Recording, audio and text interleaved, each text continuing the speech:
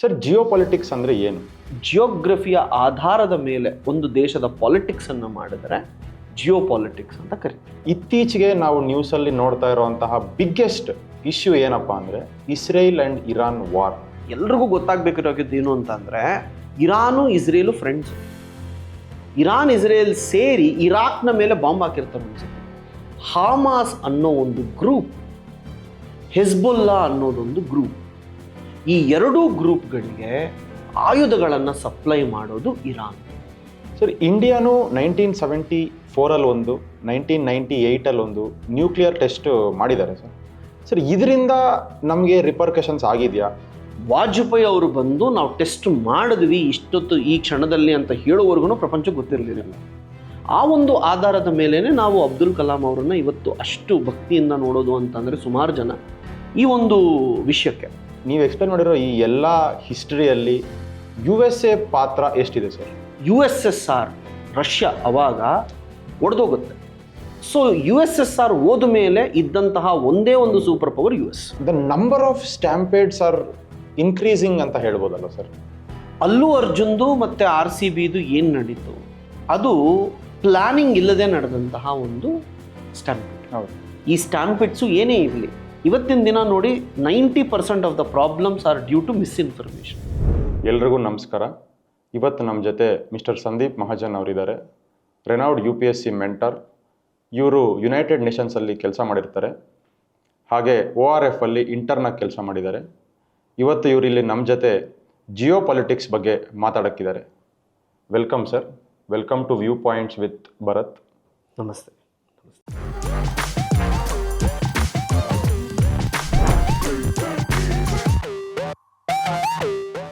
Sir, let us start our podcast with this question. Sir, geopolitics ಅಂದರೆ ಏನು? ಪಾಲಿಟಿಕ್ಸ್ಗೆ ಮತ್ತು ಜಿಯೋ ಪಾಲಿಟಿಕ್ಸ್ಗೆ ಇರುವಂತಹ ಡಿಫ್ರೆನ್ಸಸ್ ಏನು ಸರ್? ಸುಮಾರು ಜನಕ್ಕೆ ಜಿಯೋ ಪಾಲಿಟಿಕ್ಸ್ ಅಂತ ಅಂದ ತಕ್ಷಣ ಯಾವುದೋ ಒಂದು ಇಂಟರ್ನ್ಯಾಷನಲ್ ರಿಲೇಷನ್ಸ್ ಅಂತನೋ, ಅಥವಾ ಎರಡು ದೇಶದ ಮಧ್ಯೆ ಸಂಬಂಧ ಅಂತನೋ, ಅಥವಾ ಜಿಯೋಗ್ರಾಫಿಕಲಿ ಪಾಲಿಟಿಕ್ಸ್ ನಡೆಯುತ್ತಂತನೋ ತುಂಬ ಕನ್ಫ್ಯೂಷನ್ಸ್ ಇರುತ್ತೆ. So it's a very good question to begin with. So first ನಾವು ಪಾಲಿಟಿಕ್ಸ್ ಅಂತ ಅಂದರೆ ಯಾವ ರೀತಿಯ ರಾಜಕೀಯಗಳಾದ್ರೂ ಅದನ್ನು ಪಾಲಿಟಿಕ್ಸ್ ಅಂತಲೇ ಕರಿತೀವಿ. ಸೊ ಅದು ಪಂಚಾಯತಲ್ಲಾಗಿರ್ಬೋದು, ಅಥವಾ ಸ್ಟೇಟ್ ಹತ್ರ ಆಗಿರ್ಬೋದು, ಇಂಟರ್ನ್ಯಾಷನಲ್ ಲೆವೆಲ್ ಆಗಿರ್ಬೋದು, ರಾಜಕೀಯ ಅಂತಲೇ ಕರಿತೀವಿ. ಈ ಜಿಯೋ ಪಾಲಿಟಿಕ್ಸ್ ಅಂತ ಅಂದರೆ ಇಂಟರ್ನ್ಯಾಷನಲ್ ರಿಲೇಷನ್ಸ್ ಅಂತ ಅಂದಾಗ ಎರಡು ದೇಶಗಳ ಮಧ್ಯೆ ಇರುವಂತಹ ಒಂದು ಸಂಬಂಧ. ಜಿಯೋ ಪಾಲಿಟಿಕ್ಸ್ ಅಂತ ಅಂದರೆ ಆ ಒಂದು ದೇಶದ ಜಿಯೋಗ್ರಾಫಿಕಲ್ ಕಂಡೀಷನ್ ಬೇಸಿಸ್ ಮೇಲೆ ಕೆಲವೊಂದು ರಿಲೇಷನ್ಸ್ಗಳು ಚೇಂಜ್ ಆಗ್ತಾ ಹೋಗುತ್ತೆ. ಉದಾಹರಣೆಗೆ ಈಗ ಇಂಡಿಯಾದ ಕೆಳಗಡೆ ಶ್ರೀಲಂಕಾ ಬರುತ್ತೆ. ಸೊ ಶ್ರೀಲಂಕಾ ಎಂಟೈರ್ ಇಂಡಿಯನ್ ಓಷನ್ಗೆ ಮಧ್ಯಭಾಗದಲ್ಲಿರುತ್ತೆ. ಆದ್ದರಿಂದ ಪ್ರತಿಯೊಂದು ದೇಶನೂ ಶ್ರೀಲಂಕಾದಲ್ಲಿ ಅವರದೇ ಆದಂತಹ ಕೆಲವೊಂದು ಕಂಟ್ರೋಲ್ಸನ್ನು ಇಟ್ಕೋಬೇಕು ಅಂತ ಪ್ರಯತ್ನ ಪಡ್ತಿರ್ತಾರೆ. ಉದಾಹರಣೆಗೆ ಚೈನಾದವರು ಬಂದು ಅಲ್ಲಿ ಹಣವನ್ನು ಇನ್ವೆಸ್ಟ್ ಮಾಡಿ ಅವರನ್ನು ಕಂಪ್ಲೀಟಾಗಿ ಕಂಟ್ರೋಲ್ ಮಾಡಬೇಕು ಅಂತ ಟ್ರೈ ಮಾಡಿದ್ರು. ಸೊ ಒಂದು ದೇಶ ಅದರ ಒಂದು ಭೌಗೋಳಿಕ ನಕ್ಷೆಯ ಆಧಾರದ ಮೇಲೆ ಪಾಲಿಟಿಕ್ಸ್ ಏನಾದರೂ ನಡೆದರೆ ಅದನ್ನು ನಾವು ಜಿಯೋ ಪಾಲಿಟಿಕ್ಸ್ ಅಂತ ಕರಿತೀವಿ. ಭಾರತ ಕೂಡ ಎಕ್ಸಾಕ್ಟಾಗಿ ನಿಮಗೆ ಇಂಡಿಯನ್ ಓಷನ್ ಮಧ್ಯದಲ್ಲಿ ಬರುತ್ತೆ. ಆದ್ದರಿಂದ ಎಲ್ಲ ದೇಶಗಳು ಕೂಡ ಭಾರತದ ಮೇಲೂ ದಂಡಯಾತ್ರೆ ಮಾಡೋದಕ್ಕೆ ಸುಮಾರು ಸತಿ ಪ್ರಯತ್ನ ಪಡ್ತಾರೆ. US ಅವರು, USS ಅವರು, ಇವರೆಲ್ಲ ಏನು ಭಾರತದಲ್ಲಿ ಕಂಟ್ರೋಲ್ ಇಟ್ಕೋಬೇಕು ಅಂತ ಹೇಳಿ ತುಂಬಾ ಟ್ರೈ ಮಾಡ್ತಾರೆ. ಸೊ ಇದನ್ನು ನಾವೇನಂತ ಹೇಳ್ತೀವಿ, ಜಿಯೋಗ್ರಫಿಯ ಆಧಾರದ ಮೇಲೆ ಒಂದು ದೇಶದ ಪಾಲಿಟಿಕ್ಸನ್ನು ಮಾಡಿದರೆ ಜಿಯೋ ಪಾಲಿಟಿಕ್ಸ್ ಅಂತ ಕರಿತೀವಿ. ಉದಾಹರಣೆಗೆ ಇನ್ನೊಂದು ಡೀಟೇಲ್ ತೊಗೊಳ್ತೀನಿ. ನೇಪಾಲ್ ತೊಗೊಳ್ಳಿ. ನೇಪಾಲು ಭಾರತ ಮತ್ತು ಚೈನಾ ಮಧ್ಯದಲ್ಲಿ ಬರುತ್ತೆ. ಸೊ ನೇಪಾಳಿಗೆ ನೀವು ಹೋಗ್ಬೇಕಂತ ಅಂದರೆ ಭಾರತದ ಮುಖಾಂತರನೇ ಹೋಗಬೇಕು. ನಾವೇನು ಮಾಡ್ತೀವಿ, ನೇಪಾಳಿಗೆ ಗ್ಯಾಸ್ ಕೊಡೋದಾಗಲಿ, ಪೆಟ್ರೋಲ್ ಕೊಡೋದಾಗಲಿ ನಮ್ಮ ಮಾತು ಕೇಳಲಿಲ್ಲ ಅಂದರೆ ನಿಲ್ಲಿಸೋ ಸಾಧ್ಯತೆ ಇರುತ್ತೆ. ಅದನ್ನು ನಾವು ಜಿಯೋ ಪಾಲಿಟಿಕ್ಸ್ ಅಂತ ಕರಿತೀವಿ. ಅದೇ ಕೇವಲ ಪಾಲಿಟಿಕ್ಸ್ ಅಂತ ಅಂದಾಗ ನೇಪಾಳದಲ್ಲಿ ಯಾವುದೋ ಒಂದು ರಾಜಕೀಯ ಪಾರ್ಟಿ ಬಂದಿರುತ್ತೆ, ಅದನ್ನು ನಾವು ನಮಗೆ ಬೇಕಾಗಿರೋ ರಾಜಕೀಯ ಪಾರ್ಟಿ ಬರಬೇಕು ಅಂತ ಹೇಳಿ ಪ್ರಯತ್ನ ಪಡೋದಿರುತ್ತೆ. ಸೊ ಇಂಟರ್ನ್ಯಾಷನಲ್ ಲೆವೆಲಲ್ಲಿ ಪಾಲಿಟಿಕ್ಸ್ ಅಂತ ಅಂದಾಗ ಕೇವಲ ಒಳ ರಾಜಕೀಯಗಳನ್ನು ಮಾತ್ರ ನೋಡ್ಕೊಳ್ಳೋದೇ ಇದ್ದರೆ ಪಾಲಿಟಿಕ್ಸ್ ಅಂತ ಕರಿಬೋದು. ಜಿಯೋ ಪಾಲಿಟಿಕ್ಸ್ ಅಂತ ಅಂದಾಗ ಆ ಒಂದು ದೇಶದ ಭೌಗೋಳಿಕ ನಕ್ಷೆಯ ಆಧಾರದ ಮೇಲೆ ನಾವೇನಾದರೂ ಪಾಲಿಟಿಕ್ಸ್ ಮಾಡೋಕ್ಕೆ ಹೋದರೆ ಅದನ್ನು ಜಿಯೋ ಪಾಲಿಟಿಕ್ಸ್ ಅಂತ ಕರಿತೀವಿ. Sure sir. ಸರ್, ಜಿಯೋ ಪೊಲಿಟಿಕ್ಸ್ನ ಆಳಕ್ಕೆ ಹೋಗೋಕ್ಕಿಂತ ಮುಂಚೆ ನಿಮ್ಮದು ಸ್ವಲ್ಪ ಪರ್ಸ್ನಲ್ ಲೈಫ್, ನಿಮ್ಮ ಚೈಲ್ಡ್ಹುಡ್, ನಿಮ್ಮ ಅಪ್ಬ್ರಿಂಗಿಂಗ್, ಮತ್ತು ಸರ್ ನಿಮ್ಮ ಲೈಫಲ್ಲಿ ಯಾವುದಾದ್ರೂ ಒಂದು ದೊಡ್ಡ ಸೆಟ್ ಬ್ಯಾಕ್ ಆಗಿರೋ ಅಂಥದ್ದು, ನೀವು ಅದಕ್ಕೆ ಕಮ್ಬ್ಯಾಕ್ ಕೊಟ್ಟಿರೋ ಅಂತಹ ಸನ್ನಿವೇಶ ಹೇಳ್ಬೋದಾ ಸರ್? ಖಂಡಿತ. ಒಂದು ನಮ್ಮ ಬಗ್ಗೆ ನಾವು ಮಾತಾಡಿದಾಗ ನಾವು ಕೋಲಾರದವರು. ಸೊ ಕೋಲಾರದ ಮೇಯ್ನ್ ಸಿಟಿಯನ್ನಲ್ಲೇ ಬೆಳೆದಂಥವ್ರು. ಸೊ ಸ್ಕೂಲಿಂಗ್ ಎಲ್ಲ ಅಲ್ಲೇ ಆಯಿತು. ಆದರೆ ಚಿಕ್ಕವಾಗಿಂದನೂ ಹೊರಗೆ ಹೋಗಿ ಏನೋ ಒಂದು ನೋಡಬೇಕು ಮಾಡಬೇಕು ಅನ್ನೋ ಒಂದು ಕುತೂಹಲ ಜಾಸ್ತಿ. 10th ಆದಮೇಲೆ ನಾನು PUCಗೆ ಮೈಸೂರಲ್ಲಿ ಮಹಾಜನ್ ಕಾಲೇಜ್ಗಂತ ಜಾಯ್ನ್ ಆಗಿದ್ದೆ. ಸೊ ಇವಾಗ ನನಗೆ ಸಂದೀಪ್ ಮಹಾಜನ್ ಅಂತ ಹೇಳೋದು ಕೂಡ ಆ ಮಹಾಜನ PU ಕಾಲೇಜ್ ಇದರಿಂದನೇ ಇದೆ. ಅದಾದ ಮೇಲೆ ನಾನು ಪೆಸಿಟ್ಟಲ್ಲಿ ಇಂಜಿನಿಯರಿಂಗ್ ಮಾಡಿದೆ. ಅದಾದ ಮೇಲೆ ಸಾರ್ಕ್ ಯೂನಿವರ್ಸಿಟಿನಲ್ಲಿ ನಾನು ಮಾಸ್ಟರ್ಸ್ ಇನ್ ಇಂಟರ್ನ್ಯಾಷನಲ್ ರಿಲೇಷನ್ಸನ್ನು ಕೂಡ ಮಾಡಿದೆ. ಆ ಸಂದರ್ಭದಲ್ಲೇ ಯುನೈಟೆಡ್ ನೇಷನ್ಸ್ ಪರವಾಗಿ ಶ್ರೀಲಂಕಾಕ್ಕೆ ಹೋಗಿ ಅಲ್ಲಿ HDI ವರ್ಕ್ ಕೆಲವೊಂದು ಮಾಡಿ ಬಂದ್ವಿ. ಅದಾದ ಮೇಲೆ ORF ಅಬ್ಸರ್ವರ್ ರಿಸರ್ಚ್ ಫೌಂಡೇಶನ್ ಅಂತ ಇದೆ. ಆ ಒಂದು ಫೌಂಡೇಶನ್ನಲ್ಲಿ ಈ ಪಾಲಿಟಿಕ್ಸ್ ಹೇಗೆ ನಡೆಯುತ್ತೆ, ಜಿಯೋ ಪಾಲಿಟಿಕ್ಸ್ ಹೇಗಿರುತ್ತೆ, ಇವುಗಳನ್ನೆಲ್ಲ ನಾವು ತುಂಬಾ ಡೀಟೇಲ್ ಆಗಿ ವಿಶ್ಲೇಷಣೆಗಳನ್ನು ಕೂಡ ಮಾಡ್ತಿದ್ವಿ. ಅದಾದ ಮೇಲೆ ಇವತ್ತಿನ ದಿನ ನಾವು ಈ ಸರ್ಕಾರಿ ಉದ್ಯೋಗಗಳಾಗಲಿ, ರೈಟ್, ನಾಗರಿಕ ಸೇವೆಗಳಾಗಲಿ, ಇವುಗಳಿಗೆಲ್ಲ ನಾವು ಕೆಲಸವನ್ನು ಮಾಡ್ತಾಯಿದ್ದೀವಿ. ಎಷ್ಟೋ ಜನ ಸ್ಟೂಡೆಂಟ್ಸಿಗೆ ನಾವು ಯಾವ ರೀತಿ ಓದಬೇಕು, ಏನು ಮಾಡಬೇಕು ಅಂತ ಹೇಳಿ ಪಾಠವನ್ನು ಮಾಡ್ತಿದ್ದೀನಿ. ಇದು ನನ್ನ ಒಂದು ಚಿಕ್ಕ ಬ್ಯಾಕ್ಗ್ರೌಂಡ್ ಅಷ್ಟೇ. ಬಟ್ ಸೆಟ್ ಬ್ಯಾಕ್ ಅಂತ ಅಂದಾಗ ಪ್ರತಿಯೊಬ್ಬರ ಜೀವನದಲ್ಲೂ ಯಾವುದೋ ಒಂದು ಸನ್ನಿವೇಶಗಳಲ್ಲಿ ನಾವು ಲೋ ಹೋಗೋದಿದ್ದೇ ಇರುತ್ತೆ. ನಾನು ಈ ಒಂದು UPSC IAS IPS ಎಕ್ಸಾಮ್ಗೆ ಓದಬೇಕು ಅಂತ ಮಾಡಿದಾಗ ಏನೂ ತಿಳುವಳಿಕೆ ಇಲ್ಲದೆ ನಾವು ಬಂದಿದ್ವಿ. ಎಲ್ಲವನ್ನು ತಿಳ್ಕೊಂಡು ಬಂದಿರಲಿಲ್ಲ. ಇಷ್ಟೊಂದು ಹೇಳುವಂತಹ ವಿಡಿಯೋಸ್ ಆಗಲಿ, ಅನಾಲಿಸಿಸ್ಗಳಾಗಲಿ ಇರಲಿಲ್ಲ, ಇಂಟರ್ನೆಟ್ ಫೆಸಿಲಿಟಿಗಳಿರಲಿಲ್ಲ. ಅಂತಹ ಸಂದರ್ಭದಲ್ಲಿ ನಮಗೆ ಗೊತ್ತಿರುವಂತಹ ಯಾವುದೋ ಕೆಲವೊಂದು ಊಹೆಗಳ ಆಧಾರದ ಮೇಲೆ ನಾವು ಇಳಿದುಬಿಟ್ಟಿದ್ವಿ. ಬಂದ ಮೇಲೆ ನಾವಿನ್ನೇನು ಪಾಸ್ ಆದೆ, ಲೈಕ್ ಏನೋ ಪ್ರಿಲಿಮ್ಸ್ ಆಯಿತು, ಮೇಯ್ನ್ಸ್ ಬರೀಬೇಕು ಅಂತ ಸಂದರ್ಭದಲ್ಲಿ ಮನೆಯಲ್ಲಿ ಅಪ್ಪಗೆ ಸ್ವಲ್ಪ ಮೈ ಹುಷಾರಿರಲಿಲ್ಲ. ಹಂಗೆ ಅಂತ ಹೇಳಿ ಸ್ವಲ್ಪ ದಿನ ಅಂಗಡಿಗೆ ಹೋಗ್ಬೇಕಾಗಿ ಬಂತು. ಆ ಟೈಮಲ್ಲಿ ಸ್ವಲ್ಪ ಲೈಫಲ್ಲಿ ನಾನು ಏನೋ ಮಾಡಬೇಕು, ಏನೋ ಅಚೀವ್ ಮಾಡಬೇಕು ಅಂತ ಹೇಳಿ ಕೈಗೆ ಬಂದಂತಹ ಕೆಲಸವನ್ನು ಬಿಟ್ಟು ಇದರ ಮುಂದೆ ಕೂತಿದ್ದೀನಿ. ಆಗುತ್ತಾ ಇಲ್ವಾ ಅನ್ನೋ ಡೌಟ್. ಸೊ ಲೈಫಲ್ಲಿ ಲೋ ಅಂತ ಅಂದರೆ ನನ್ನ ಪ್ರಕಾರ ನೀವು ನಿಮ್ಮನ್ನು ಸೆಲ್ಫ್ ಡೌಟ್ ಯಾವಾಗ ಮಾಡ್ಕೊಳ್ತೀರೋ ಅದೇ ನಿಮ್ಮ ಲೋಯೆಸ್ಟ್ ಪಾಯಿಂಟ್. ಕರೆಕ್ಟ್. ಲೈಫಲ್ಲಿ ನಿಮಗೆ ಹಣ ಹೋಗೋದಾಗಲಿ, ಹೆಲ್ತ್ ಹೋಗೋದಾಗಲಿ, ಏನಿದ್ರೂ ನಿಮ್ಮ ಮೇಲೆ ನಿಮಗೆ ನಂಬಿಕೆ ಇದ್ದರೆ ಮಾತ್ರ that is not the lowest point according to me. Lowest point is when you lose confident about yourself. So ಈ ರೀತಿ ನಮಗೆ ಡೌಟ್ ಬಂದಿದ್ದು ಕೆರಿಯರಲ್ಲಿ ಲೋ ಆಗ್ತಾ ಹೋದಾಗ. ಆ ಟೈಮಲ್ಲಿ ನನಗೆ ಗೊತ್ತಿಲ್ಲದೆ ಈ ಸಾರ್ಕ್ ಯೂನಿವರ್ಸಿಟಿನಲ್ಲಿ ಅಪ್ಲಿಕೇಶನ್ ಫಾರ್ಮ್ ಬಂತು. ಫ್ರೆಂಡ್ ಒಬ್ಬರು ತಿಳಿಸಿದ್ರು, ಹಿಂಗಿದೆ ಬರೀತೀಯಾ ಅಂತ ಹೇಳಿ. ಇಂಜಿನಿಯರಿಂಗ್ ಮಾಡಿದೆ. ಅದರಿಂದ ಏನಾದರೂ ಉಪಯೋಗ ಆಗುತ್ತಾ? ಹಾಗೇನಿಲ್ಲ. ಮಾಸ್ಟರ್ಸ್ ಇಂಟರ್ನ್ಯಾಷನಲ್ ರಿಲೇಷನ್ಸಲ್ಲಿ ತೊಗೊಂಡಿದ್ದು ನಾನು. ಸೊ ಎಕ್ಸಾಮ್ ಬರೆದ್ವಿ, ಹೋದಾಗ ನಂಬಿಕೆ ಇಲ್ಲ, ಏನೋ ಮಾಡಿದ್ದೀನಿ, ಏನೋ ಬಂದಿದ್ದೀನಿ, ಮಾಡಿದ್ದೀನಿ ಅಂತ. ಆವಾಗ ನಮ್ಮ ಒಂದು ಕಾಲೇಜಲ್ಲಿ 8 ದೇಶದ ಹುಡುಗರು ಇರ್ತಾರೆ. ಅಫ್ಘಾನಿಸ್ತಾನದಿಂದ ಹಿಡಿದು ಶ್ರೀಲಂಕಾ, ಬಾಂಗ್ಲಾದೇಶದವ್ರು 8 ದೇಶದ ಹುಡುಗರು ಇರ್ತಾರೆ. ನನ್ನ ರೂಮ್ಮೇಟ್ ಕೂಡ ಅಫ್ಘಾನಿಸ್ತಾನದವನೇ ಇದ್ದ. ಅಂಥ ಸಂದರ್ಭದಲ್ಲಿ ನಾವು ಇನ್ನೂ IASಗೆ ಓದಬೇಕು, ಏನೋ ಮಾಡಬೇಕು ಅಂತಿದ್ದಾಗ ನೇಪಾಳದ ಒಬ್ಬ ಹುಡುಗ ನನ್ನನ್ನು ನೋಡಿ, ನೀವೆಲ್ಲ ಏನೋ ಓದಕ್ಕೆ ಬರ್ತೀರಾ, ಏನೋ ಸುಮ್ಮನೆ ಟೈಮ್ ಪಾಸ್ ಮಾಡ್ತೀರಾ, ಇಂಜಿನಿಯರಿಂಗ್ ಮಾಡಿ ಇದಕ್ಕೆ ಏನಕ್ಕೆ ಬರಬೇಕು, ನಿಮಗೆಲ್ಲ ಆಗತ್ತಾ ಎಲ್ಲ ಮಾತಾಡಿದಾಗ ಆ ಪಾಯಿಂಟಲ್ಲಿ ಅವನು ನನ್ನ ಬಗ್ಗೆ ಮಾತಾಡ್ದಂಗೆ ಅನ್ನಿಸ್ಲಿಲ್ಲ. ಇದು ಒಂದು ನಮ್ಮ ದೇಶದ ಬಗ್ಗೆ ಮಾತಾಡ್ದಂಗೆ, ನೀವು ಭಾರತೀಯರಿಗೆ ಮಾಡ್ತೀರಾ ಅನ್ನೋ ರೀತಿಯಲ್ಲಿ ಅನ್ನಿಸ್ತು. ಏನೇ ಆಗಲಿ ನಾವೇನು ಅಂತ ತೋರಿಸ್ಬೇಕು ಅಂತ ಹೇಳಿ ಆಲ್ಮೋಸ್ಟ್ ನಾನು ಓದುವಾಗ 3-4 ದಿನ ರೂಮ್ ಒಳಗೆ ಇದ್ದುಬಿಡ್ತಿದ್ದೆ, ಹೊರಗೆ ಬರ್ತಿರ್ಲಿಲ್ಲ. ಊಟ ತಿಂಡಿ ಫ್ರೆಂಡ್ಸ್ ಕೈಯಲ್ಲಿ ತರಿಸ್ಕೊಳ್ಳೋದು, ಒಳಗೆ ಕೂತ್ಕೊಳ್ಳೋದು, ಓದೋದು. ರಾತ್ರಿ ಎಲ್ಲ 4-5 ಗಂಟೆವರೆಗೂ ಓದೋದು, 1 ಗಂಟೆ 2 ಗಂಟೆ ಮಲಗಿ ಹೋಗಿ ಎಕ್ಸಾಮ್ ಬರೆಯೋದು. ಸೊ ಅಷ್ಟಾದ ಮೇಲೆ ಫಸ್ಟ್ ಸೆಮಿಸ್ಟರಲ್ಲಿ ನನಗೆ one of the lowest marks ಬಂದಿತ್ತು. ಬಟ್ 4th ಸೆಮಿಸ್ಟರ್ ಆಗುವಷ್ಟೊತ್ತಿಗೆ I was gold medalist from SAARC university. 8 ದೇಶಗಳಲ್ಲಿ ನಮ್ಮ ದೇಶವನ್ನು ನಾವು ರೆಪ್ರೆಸೆಂಟ್ ಮಾಡಿದ್ವಿ. ಇವತ್ತಿಗೂ ಫಸ್ಟ್ ಬ್ಯಾಚಲ್ಲಿ ನಮ್ಮ ದೇಶವನ್ನು ರೆಪ್ರೆಸೆಂಟ್ ಮಾಡಿರೋದು ಒಂದು ಖುಷಿ ನನಗಿದೆ. ಸೊ ಆ ಮೊಮೆಂಟಲ್ಲಿ ನನಗನ್ಸಿದ್ದಷ್ಟೇ, ನೀವು ಎಷ್ಟೇ ಲೋ ಆಗಿ ನಿಮ್ಮ ಮೇಲೆ ನಿಮಗೆ ಧೈರ್ಯ ಇದ್ದು ನೀವು ಅದನ್ನು ಯಾವ ರೀತಿ ಕಳ್ಕೊಳ್ಳದೆ ಮುಂದಕ್ಕೆ ಹೋಗ್ತಿರೋ, ಜೀವನದಲ್ಲಿ ಏನೋ ಒಂದು ಸಿಗುತ್ತೆ. ಸೊ ಇದೇ ಮಾಡಬೇಕು ಅದೇ ಮಾಡಬೇಕು ಅನ್ನೋದು ಸುಮಾರು ಜನ ಕೇಳ್ತಾರೆ, ಸರ್ ನೀವು IAS ಮಾಡ್ಬೇಕಂತ ಬಂದಿದ್ರಾ, ಏನು ಮಾಡ್ಬೇಕಂತ ಬಂದಿದ್ರಿ, ಇವೆಲ್ಲ ಕೇಳಿದಾಗ ನೋಡಿ, ನಾವು ಏನು ಮಾಡಬೇಕು ಅಂದ್ಕೊಂಡಿದ್ದೀವಿ, ನಾವು ಏನು ಆಗ್ತೀವಿ ಅನ್ನೋದು ಇವೆರಡಕ್ಕೂ ತುಂಬ ಡಿಫ್ರೆನ್ಸ್ ಇದೆ.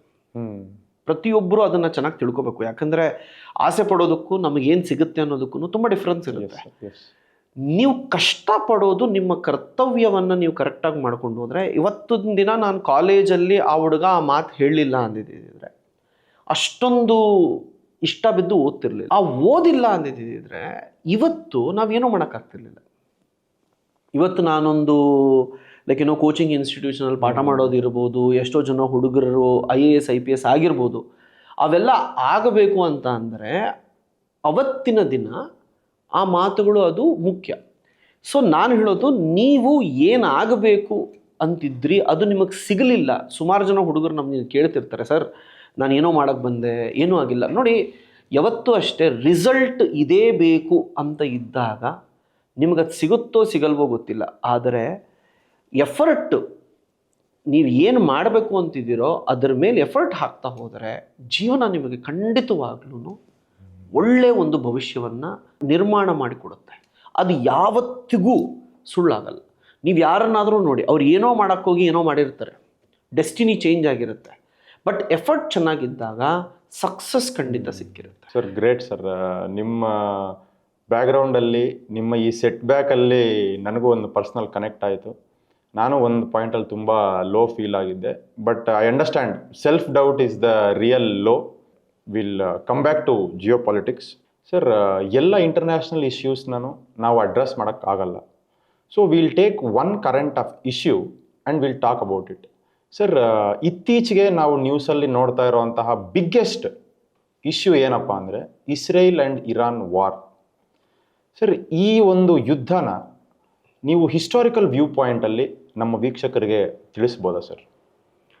ನೋಡಿ, ಯಾವಾಗ ನಾವು ನಮ್ಮ ದೇಶದ ಸುತ್ತಲೂ ಇರುವಂತಹ ದೇಶಗಳನ್ನು ನೋಡಿದಾಗ ಅಷ್ಟೋ ಇಷ್ಟೋ ನಮಗೆ ಅದ್ರ ಬಗ್ಗೆ ಗೊತ್ತಿರುತ್ತೆ. ಇವಾಗ ಶ್ರೀಲಂಕಾ ಅಂದರೆ LTT ಅಂತನೋ, ಬಾಂಗ್ಲಾದೇಶ್ ಅಂದರೆ ಶೇಖ್ ಹಸೀನಾ ಅಂತನೋ ಏನೋ ಸ್ವಲ್ಪ ಗೊತ್ತಿರುತ್ತೆ.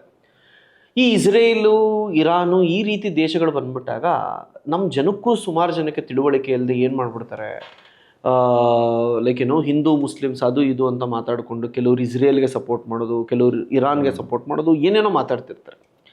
ಒಂದೇನು ತಿಳ್ಕೊಬೇಕು ಅಂತ ಅಂದರೆ, ಯಾವುದೇ ಒಂದು ಇಶ್ಯೂನ ನಾವು ಸಂಪೂರ್ಣವಾಗಿ ತಿಳ್ಕೊಳ್ಳೋದಕ್ಕಿಂತ ಮುಂಚೆ ನಮ್ಮ ಒಂದು ಅಭಿಪ್ರಾಯಗಳನ್ನು ಕೊಡೋದು ಈ ರೀತಿ ಸೋಷಿಯಲ್ ಮೀಡಿಯಾಗಳಲ್ಲೆಲ್ಲ ಅದು ನಮಗೆ ಇಂಟರ್ನ್ಯಾಷನಲ್ ಲೆವೆಲಲ್ಲೂ ಎಫೆಕ್ಟ್ ಆಗುತ್ತೆ. ಸೊ ಈ ಒಂದು ಮಾಧ್ಯಮದ ಮೂಲಕ I take it as a privilege to explain. ಇವಾಗ ನೋಡಿ, ನಮ್ಮ ಕಣ್ಣು ಮುಂದೆ ಇರುವಂತಹ 2 ದೇಶಗಳು ಇಸ್ರೇಲ್ ಮತ್ತು ಇರಾನ್. ಸೊ ಮೊದಲನೇದಾಗಿ ಸ್ವಲ್ಪ ಈ ಇಸ್ರೇಲ್ನ ಬಗ್ಗೆ ಮಾತಾಡೋಣ, ಅದಾದಮೇಲೆ ಇರಾನ್ ಬಗ್ಗೆ ಮಾತಾಡೋಣ. Sure sir. ಇಸ್ರೇಲ್ ಅನ್ನೋ ಒಂದು ದೇಶ ಜ್ಯೂಸ್ ಅಂತ ಬರ್ತಾರೆ. ಇದು ಜೆರುಸಲೆಮ್ಮಲ್ಲಿ ಶುರುವಾಗುವಂತಹ ಒಂದು ಕತೆ. ಜೆರುಸಲೆಮ್ ಅನ್ನೋ ಒಂದು ಜಾಗದಲ್ಲಿ 3 ರಿಲಿಜಿಯನ್ಗಳಿಗೆ ಸಂಬಂಧಪಟ್ಟ ಹಾಗೆ ಕೆಲವೊಂದು ಕಲ್ಚರಲ್ ಆಸ್ಪೆಕ್ಟ್ಸ್ ಸ್ಟಾರ್ಟ್ ಆಗುತ್ತೆ. ಮೊದಲನೇದಾಗಿ ಈ ಜೆರುಸಲೆಮ್ ಅನ್ನೋ ಭಾಗದಲ್ಲಿ ಜುಡಾಯಿಸಮ್ ಪ್ರಾಕ್ಟೀಸ್ ಮಾಡುವಂತಹ ಜ್ಯೂಸ್ ಇರ್ತಾರೆ. ಅದೇ ರೀತಿ ಸ್ವಲ್ಪ ವರ್ಷಗಳಾದ ಮೇಲೆ ಜೀಸಸ್ ಕ್ರೈಸ್ಟ್ ಕೂಡ ಆ ಭಾಗದಿಂದನೇ ಬರ್ತಾರೆ. ಜೀಸಸ್ ಕ್ರೈಸ್ಟ್ ಕೂಡ ಜ್ಯೂವೆ. ಅವರು ಬಂದ ಮೇಲೆ ಕ್ರಿಶ್ಚಿಯಾನಿಟಿಯನ್ನು ಸ್ಟಾರ್ಟ್ ಮಾಡೋದಕ್ಕೆ ಪ್ರಯತ್ನ ಪಡ್ತಾರೆ. ಅದರ ವಿರುದ್ಧವಾಗಿ ಆ ಒಂದು ಸಂದರ್ಭದಲ್ಲಿ ಇದ್ದಂತಹ ಒಂದು ರಾಜ್ಯ ರೋಮನ್ ಎಂಪೈರ್ ಅಂತ ಕರಿತೀವಿ. ಈ ರೋಮನ್ ಎಂಪೈರ್ ಅವ್ರು ಏನು ಮಾಡ್ತಾರೆ, ಜೀಸಸ್ ಕ್ರೈಸ್ಟ್ಗೆ ಕ್ರೂಸಿಫಿಕೇಶನ್ ಅಂತ ಹೇಳಿ ಶಿಕ್ಷೆಯನ್ನು ಕೊಟ್ಟು ನೋಡಿರ್ತೀರ, ಲೈಕೇನೋ ಹೊಡೆಯೋದಾಗಲಿ, ಮುಳ್ಳಿನ ಕಿರೀಟ ಇಡೋದಾಗಲಿ, ಇವೆಲ್ಲ ಮಾಡೋದನ್ನು ಸುಮಾರು ಜನ ಕ್ರಿಶ್ಚಿಯನ್ಸು ತಡ್ಕೊಳ್ಳೋದಕ್ಕಾಗೋದಿಲ್ಲ. ಈಗೇನಾಗತ್ತೆ, ಈ 5ನೇ ಸೆಂಚುರಿಯಲ್ಲಿ ಈ ರೋಮನ್ ಎಂಪೈರ್ ಅವರು ಕ್ರಿಶ್ಚಿಯಾನಿಟಿ ಕನ್ವರ್ಟ್ ಆಗ್ಬಿಡ್ತಾರೆ. ಕ್ರಿಶ್ಚಿಯಾನಿಟಿಗೆ ರಾಜ್ಯ ಕನ್ವರ್ಟ್ ಆದಮೇಲೆ ಜೀಸಸ್ನ ಯಾರು ಸಾಯಿಸಿದ್ರು ಅಂತ ಪ್ರಶ್ನೆ ಬಂದಾಗ ನಾವೇ ಸಾಯಿಸಿದ್ವಿ ಅಂತ ಹೇಳ್ಕೊಳಕ್ಕಾಗಲ್ಲ. ಅದಕ್ಕೆ ಅವ್ರು ಏನು ಮಾಡ್ತಾರೆ, ಜೀಸಸ್ ಕ್ರೈಸ್ತನ್ನು ಸಾಯಿಸಿದ್ದು ಜ್ಯೂಸ್ ಅಂತ ಹೇಳ್ಬಿಡ್ತಾರೆ. ಸೊ ಯಾವಾಗ ಜೀಸಸ್ ಕ್ರೈಸ್ತನ್ನ ಸಾಯಿಸಿದ್ದೇ ಜ್ಯೂಸ್ ಅಂತ ಹೇಳ್ಬಿಡ್ತಾರೋ, ಈ ಭಾನುವಾರಗಳು ಪ್ರೇಯರ್ ಆದಮೇಲೆ ಜನ ಆ ಚರ್ಚಲ್ಲಿ ಪೋಪ್ ಮಾತಾಡೋದೆಲ್ಲ ಕೇಳಿ ಬೇಜಾರು ಮಾಡಿಕೊಂಡು ಹೊರಗೆ ಬಂದಾಗ ಅವ್ರ ಕಣ್ಣು ಮುಂದೆ ಜ್ಯೂಸ್ ಕಾಣಿಸೋದ್ರು ಅಂತ ಇಟ್ಕೊಳ್ಳಿ, ಹೋಗವರು ನುಡಿಯೋದು ಬಡಿಯೋದು ಸ್ಟಾರ್ಟ್ ಆಗ್ಬಿಡುತ್ತೆ. ಇದನ್ನು ಆ್ಯಂಟಿ ಸೆಮೈಟಿಸಮ್ ಅಂತ ಕರೀತಾರೆ. ಆ್ಯಂಟಿ ಸೆಮೈಟಿಸಮ್ ಅಂತ ಅಂದರೆ ಆ್ಯಂಟಿ ಜ್ಯೂಸ್ ಅಂತ ಹೇಳಿ. ಸೊ ಜ್ಯೂಸ್ ಎಲ್ಲಿ ಕಾಣಿಸಿದ್ರೂ ಕ್ರಿಶ್ಚಿಯನ್ಸು ಸಾಯಿಸೋಕ್ಕೆ ಸ್ಟಾರ್ಟ್ ಆಗಿಬಿಡ್ತಾರೆ. ಅಷ್ಟೇ ಅಲ್ಲದೆ 7ನೇ ಸೆಂಚುರಿನಲ್ಲಿ ಪ್ರಾಫೆಟ್ ಮೊಹಮ್ಮದ್ ಕೂಡ ಸ್ಟಾರ್ಟ್ ಆಗ್ತಾರೆ ಅದೇ ಜಾಗದಲ್ಲಿ. ಸೊ ಪ್ರಾಫೆಟ್ ಮೊಹಮ್ಮದ್ ಅವರು ಬಂದಾಗ ಮೆಕ್ಕಾ ಮದೀನಾ ಭಾಗದಲ್ಲಿ ನಿಮಗೆ ಪ್ರಾಫೆಟ್ ಮೊಹಮ್ಮದ್ ಅವರು ಆ ಒಂದು ರಿಲಿಜಿಯನ್ನನ್ನು ಸ್ಥಾಪನೆ ಮಾಡಬೇಕು ಅಂತ ಓಡಾಡ್ತಿದ್ದಾಗ ಮೆಕ್ಕಾ ಮದೀನಾ ಬಂದು ಜ್ಯೂಸ್ ಕಂಟ್ರೋಲಲ್ಲಿ ಇರುತ್ತೆ. ಸ್ವಲ್ಪ ಅವರಲ್ಲಿ ವ್ಯಾಪಾರಗಳು ಮಾಡ್ತಿರ್ತಾರೆ. ಅವರು ಪ್ರಾಫೆಟ್ ಮೊಹಮ್ಮದ್ಗೆ ರಿಲಿಜಿಯನ್ನನ್ನು ಸ್ಪ್ರೆಡ್ ಮಾಡೋದಕ್ಕೆ ಬಿಡೋದಿಲ್ಲ. ಸೊ ಪ್ರಾಫೆಟ್ ಮೊಹಮ್ಮದ್ ಅವರ ನಂತರ ಮುಸ್ಲಿಮ್ಸು ಕೂಡ ಜ್ಯೂಸ್ ವಿರುದ್ಧ ಆಗೋಗ್ತಾರೆ. ಸೊ ನಿಮಗೆ ಒಂದು ಕಡೆ ಕ್ರಿಶ್ಚಿಯನ್ಸು ಇವರನ್ನು ಸಾಯಿಸ್ತಾರೆ, ಮುಸ್ಲಿಮ್ಸು ಇವರನ್ನು ಸಾಯಿಸ್ತಾರೆ. ಸೊ ಈ ಆ್ಯಂಟಿ ಸೆಮೈಟಿಸಮ್ ಅನ್ನೋದು ಪ್ರಪಂಚದ ಎಲ್ಲ ದೇಶಗಳಲ್ಲೂ ಇರುತ್ತೆ. ಕೆಲವ್ರು ಭಾರತಕ್ಕೂ ಬರ್ತಾರೆ. ಆದರೆ ಭಾರತದಲ್ಲಿ ಏನಂತ ಅಂದರೆ, ನೀವು ಯಾವುದೇ ರಿಲಿಜಿಯನ್ ಫಾಲೋ ಮಾಡಿದ್ರೂ ನಮ್ಮಲ್ಲಿರೋ ದೇವರುಗಳಿಗೂ ನಮ್ಮಲ್ಲಿರೋ ನಂಬರ್ಗಳಿಗೂ ಇನ್ನೊಂದು ಹೊಸ ದೇವರು ಆ್ಯಡ್ ಆದರೆ ನಾವೇನು ಫೀಲ್ ಆಗಲ್ಲ. ಭಾರತ ಮಾತ್ರ ಜ್ಯೂಸನ್ನು ಸಾಯಿಸದೇ ಇರುವಂತಹ ಒಂದು ದೇಶ. ಆದ್ದರಿಂದಲೇ ಇವತ್ತಿಗೂ ಇಸ್ರೇಲ್ ಅವರಿಗೆ ನಮ್ಮನ್ನು ನೋಡಿದ್ರೆ ಒಂದು ಸ್ವಲ್ಪ ಖುಷಿ. ಯಾಕೆ ಅಂತ ಅಂದರೆ, ಅವ್ರು ಡೈರೆಕ್ಟಾಗಿ ಹೇಳ್ತಾರೆ, ಸರ್ ನಮ್ಮನ್ನು ಎಲ್ಲಾದರೂ ಸಾಯಿಸಲಿಲ್ಲ ಅಂತ ಅಂದರೆ ಅದು ಭಾರತದಲ್ಲಿ ಮಾತ್ರ. ಸೊ ಅದಕ್ಕೆ ನಾವು ನಿಮಗೆ ಯಾವಾಗಲೂ ಚಿರಋಣಿಯಾಗಿರ್ತೀವಿ ಅಂತಲೂ ಮಾತಾಡ್ತಾರೆ. ಸೊ ಈಗೇನಾಯಿತು, ಈ ಜ್ಯೂಸನ್ನು ಸಾಯಿಸೋದು ಅಲ್ಲದೆ ಇವ್ರಿಗೇನು ಮಾಡಿರ್ತಾರೆ, ರೋಡ್ಗಳಲ್ಲೇ ಒಂದು ಸಪರೇಟ್ ಪ್ಲ್ಯಾಟ್ಫಾರ್ಮ್ ಮಾಡಿರ್ತಾರೆ. ನಮ್ಮಲ್ಲಿ ಯಾವ ರೀತಿ ಅನ್ಟಚಬಿಲಿಟಿ ಇತ್ತೋ ಅದೇ ರೀತಿ ಅವ್ರಿಗೂ ಸಪರೇಟ್ ಪ್ಲ್ಯಾಟ್ಫಾರ್ಮ್ ಮಾಡಿರ್ತಾರೆ. ಪ್ಲ್ಯಾಟ್ಫಾರ್ಮ್ ಮಾಡೋದೇ ಅಲ್ಲದೆ ಈಗ ಅವತ್ತಿನ ದಿನದಲ್ಲಿ ಭೂಮಿ ಮತ್ತು ಕುರಿಗಳು ಇದೇ ಆಸ್ತಿ, ಹಣ ಆಸ್ತಿ ಅಲ್ಲ. ಸೊ ಇವರಿಗೆ ಜ್ಯೂಸಿಗೆ ಯಾವುದೇ ಕಾರಣಕ್ಕೂ ಭೂಮಿ ಕೊಡಬಾರದು, ಕುರಿಗಳನ್ನು ಕೊಡಬಾರದು ಅಂತ ಹೇಳಿ ಡಿಸೈಡ್ ಮಾಡ್ತಾರೆ. ಇವ್ರ ಜ್ಯೂಸ್ ಏನಾಗ್ಬಿಡುತ್ತೆ, ಇವ್ರ ಹತ್ರ ಕೇವಲ ಹಣ ಉಳಿದಿರುತ್ತೆ. ಆದರೆ ತುಂಬ ಬುದ್ಧಿವಂತರು. ನಿಮಗೆ ಇವತ್ತಿನ ದಿನ ಲೆಕ್ಕ ಹೇಳಬೇಕು ಅಂತ ಅಂದರೆ 70% ನೋಬೆಲ್ ಪ್ರೈಸ್ಗಳು ಯಾರಿಗಾದರೂ ಬಂದಿದೆ ಅಂದರೆ ಜ್ಯೂಸಿಗೆ ಬಂದಿರುತ್ತೆ. Mark Zuckerberg ಜ್ಯೂ. ನಿಮಗೆ ಪ್ರಪಂಚದಲ್ಲಿರುವಂತಹ ಅತಿ ದೊಡ್ಡ ಶ್ರೀಮಂತರೆಲ್ಲ ಜ್ಯೂಸೇ. ಸೊ ಇವ್ರು ಏನು ಮಾಡಿಬಿಡ್ತಾರೆ, ಹಣ ಮಾತ್ರ ಕೈಯಲ್ಲಿದ್ದಾಗ ಹಣದ ಜೊತೆ ಏನು ಮಾಡಬಹುದು ಅಂತ ಯೋಚನೆಯಲ್ಲಿ ಬ್ಯಾಂಕಿಂಗ್ ಸಿಸ್ಟಮ್ ಸ್ಟಾರ್ಟ್ ಮಾಡ್ತಾರೆ. ಬ್ಯಾಂಕ್ ಇಡೋದೇ ಜ್ಯೂಸು. ನಿಮಗೆ ಇವತ್ತಿನ ದಿನ ಪ್ರಪಂಚದಲ್ಲಿ ದೊಡ್ಡ ದೊಡ್ಡ ಬ್ಯಾಂಕಿಂಗ್ ವ್ಯವಸ್ಥೆ ಎಲ್ಲಾದರೂ ಇದೆ, ಯಾರ ಕಂಟ್ರೋಲಲ್ಲಿದೆ ಅಂತ ಅಂದರೆ ಅದು ಜ್ಯೂಸ್ ಕಂಟ್ರೋಲಲ್ಲೇ ಇದೆ. ಇದರಿಂದ ಏನಾಗೋಯ್ತು, ಜ್ಯೂಸ್ ಮೈಂಡ್ ಸೆಟ್ ಏನಿತ್ತು, ನಾವು ಏನೇ ಒಂದು ಮಾಡಿ ಕಂಪ್ಲೀಟಾಗಿ ಸ್ಟ್ರಾಂಗ್ ಆಗಬೇಕು ಅಂತ ಹೇಳಿ ಡಿಸೈಡ್ ಆಗ್ತಾರೆ. ಜ್ಯೂಸು ನಮ್ಮದೇ ಆದಂತಹ ಒಂದು ದೇಶವನ್ನು ಕೂಡ ನಾವು ಸ್ಥಾಪನೆ ಮಾಡಬೇಕು. ಯಾಕಂದರೆ ಯಾವುದೇ ಒಂದು ಕುಲದಲ್ಲಿ ಯಾವುದೇ ಒಂದು ರಿಲಿಜಿಯನ್ ತಗೊಂಡ್ರೆ ಎಲ್ಲೂ ನಿಮಗೆಲ್ಲರೂ ಶ್ರೀಮಂತರು ಇರೋದಿಲ್ಲ, ಬಡವರು ಇರ್ತಾರೆ, ತೊಂದರೆ ಒಳಗಾಗೋರು ಇರ್ತಾರೆ. ಸೊ ಅವರಿಗೋಸ್ಕರ ಆದರೂ ಒಂದು ದೇಶವನ್ನು ಸ್ಥಾಪನೆ ಮಾಡಲೇಬೇಕು ಅಂತ ಹೇಳಿ ಇವ್ರೇನು ಮಾಡ್ತಾರೆ, ಅವಾಗಿನ ಕಾಲದಲ್ಲಿ ಅತಿ ಶಕ್ತಿಶಾಲಿ ಆದಂತಹ ದೇಶ ಯು ಕೆ ಅವರನ್ನು ಹೋಗಿ ಕೇಳ್ತಾರೆ. ಬ್ರಿಟಿಷ್ ಅವ್ರನ್ನ ಹೋಗಿ ಕೇಳ್ತಾರೆ, ಸರ್ ನಮಗೆ ಒಂದು ದೇಶ ಮಾಡಿಕೊಡಿ ಅಂತ ಕೇಳ್ತಾರೆ. ಯಾವ ದೇಶ ಮಾಡಿಕೊಡಬೇಕು ಅಂತ ಕೇಳಿದಾಗ ಇಸ್ರೇಲ್ ಜೀವಿಶ್ ಸ್ಟೇಟ್ ನಮಗೊಂದು ಬೇಕು, ದಯವಿಟ್ಟು ಇದಕ್ಕೆ ಸಹಾಯ ಮಾಡಿ ಅಂತ ಕೇಳ್ತಾರೆ. ಎಲ್ಲಿ ಬೇಕು, ನಿಮಗೆ ನಿಮ್ಮ ದೇಶ ಎಲ್ಲಿ ಬೇಕು, ಹಣ ತುಂಬ ಕೊಡ್ತಾರೆ. ಎಲ್ಲಿ ಬೇಕು ಅಂತ ಕೇಳಿದಾಗ ಜೆರುಸೆಲಂ ಎಲ್ಲಿದೆಯೋ ಅಲ್ಲಿ ನಮಗೆ ದೇಶ ಬೇಕು ಅಂತ ಹೇಳ್ತಾರೆ. ಆಗಿನ ಸಂದರ್ಭದಲ್ಲಿ ಜೆರುಸೆಲಂ ಎಲ್ಲಿತ್ತು? ಆಟೋಮನ್ ಎಂಪೈರ್ ಹತ್ರ ಇತ್ತು. ಜೆರುಸೆಲಂ ಅನ್ನೋದು ಆಟೋಮನ್ ಎಂಪೈರ್ ಕಂಟ್ರೋಲಲ್ಲಿ ಇತ್ತು.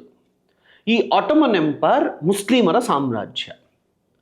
ಅವರು ಮೊದಲನೇ ಪ್ರಪಂಚ ಯುದ್ಧದಲ್ಲಿ ಈ ಜರ್ಮನಿ ಕಡೆಗೆ ಹೋಗ್ತಾರೆ. ಸೊ ಯಾವಾಗ ಆಟೋಮನ್ ಎಂಪೈರ್ ಅವರು ಜರ್ಮನಿ ಕಡೆ ಇದ್ದರು, ಜರ್ಮನಿ ಸೋತಿದ ತಕ್ಷಣ ಆಟೋಮನ್ ಎಂಪೈರ್ ಕೂಡ ಸೋತೋಯ್ತು. ಸೊ ಸೋತ ಮೇಲೆ ಆಟೋಮನ್ ಎಂಪೈರ್ ಬ್ರಿಟಿಷ್ ಕಂಟ್ರೋಲಿಗೆ ಬರುತ್ತೆ. ಸೊ ಬ್ರಿಟಿಷ್ ಅವರು ಜ್ಯೂಸ್ ಜೊತೆ ಸೇರಿ ಜ್ಯೂಸನ್ನೆಲ್ಲ ಜೆರುಸೆಲಂ ಹತ್ರ ಕರ್ಕೊಂಬಂದು ಅವರಿಗೆ ಒಂದು ದೇಶವನ್ನು ಮಾಡಿಕೊಡೋಣ ಅಂತ ಹೇಳಿ ಪ್ಲಾನ್ ಮಾಡಿಕೊಡ್ತಾರೆ. ಸೊ ಎಲ್ಲೆಲ್ಲಿ ಜ್ಯೂಸ್ ಇದಿರೋ ಎಲ್ಲರೂ ಬನ್ನಿ ಅಂತ ಹೇಳಿ ಕರೆಸ್ಕೊಳ್ತಾ ಇದ್ದಾಗ ಯುರೋಪಲ್ಲಿ ಹಿಟ್ಲರ್ ಬರ್ತಾನೆ. ಹಿಟ್ಲರ್ಗೆ ಜ್ಯೂಸ್ ಅಂದರೆ ಆಗಲ್ಲ. ಹಿಟ್ಲರ್ ಒಂದು ಪುಸ್ತಕನೇ ಬರೀತಾನೆ, ಮೇನ್ ಕ್ಯಾಂಪ್ ಅಂತ. ಆ ಪುಸ್ತಕದಲ್ಲಿ ಎಲ್ಲ ಬರೆದಿರೋದೇನು ಅಂತ ಅಂದರೆ ಜ್ಯೂಸನ್ನು ಯಾವ ರೀತಿ ಸಾಯಿಸಬೇಕು ಅಂತ ಹೇಳಿ. ಎಷ್ಟು ಕ್ರೂರವಾಗಿ ಸಾಧ್ಯನೋ ಅಷ್ಟು ಕ್ರೂರವಾಗಿ ಸಾಯಿಸ್ತಾನೆ. ಸೊ ಸುಮಾರು ಜನಕ್ಕೆ ಏನಂತ ಅಂದರೆ, ಈಗ ಅವಳಿ ಜವಳಿ ಮಕ್ಕಳೇನಾದರೂ ಇದ್ದಾಗ ಒಂದು ಮಗುಗೆ ಇಂಜೆಕ್ಷನ್ ಕೊಡೋದು, ಇನ್ನೊಂದು ಮಗುನಲ್ಲಿ ಏನು ರಿಯಾಕ್ಷನ್ ಆಯಿತು ಅಂತ ನೋಡೋದು. ನಿಮಗೆ ಸೌಂಡ್ ಸಿಸ್ಟಮ್, ಈಗ ಎಷ್ಟು ಡೆಸಿಬಲ್ಸ್ವರೆಗೂ ನಿಮ್ಮ ಕಿವಿ ಕೇಳಿಸುತ್ತೆ, ಕೆಲವೊಂದು ಸತಿ ರಕ್ತ ಬರುತ್ತೆ, ಕೆಲವೊಂದು ಸತಿ ಲೈಕೇನೋ ಮಸಲ್ ಪೇಯ್ನ್ ಬರುತ್ತೆ. ಅವೆಲ್ಲ ಯಾವ ಯಾವ ಡೆಸಿಬಲ್ಸ್ ಎಲ್ಲ ಆಗುತ್ತೆ ಅನ್ನೋದನ್ನು ಕೂಡ ಹೆಂಗೆ ಕಂಡುಹಿಡಿತಾನೆ ಅಂತ ಅಂದರೆ, ಜ್ಯೂಸನ್ನು ಕಟ್ಟಾಕೋದು, ಬೆಲ್ ಹೊಡಿಯೋದು, ಆ ಡೆಸಿಬಲ್ಸ್ ನೋಡೋದು, ರಕ್ತ ಬಂತ ಇಲ್ವಾ ನೋಡೋದು.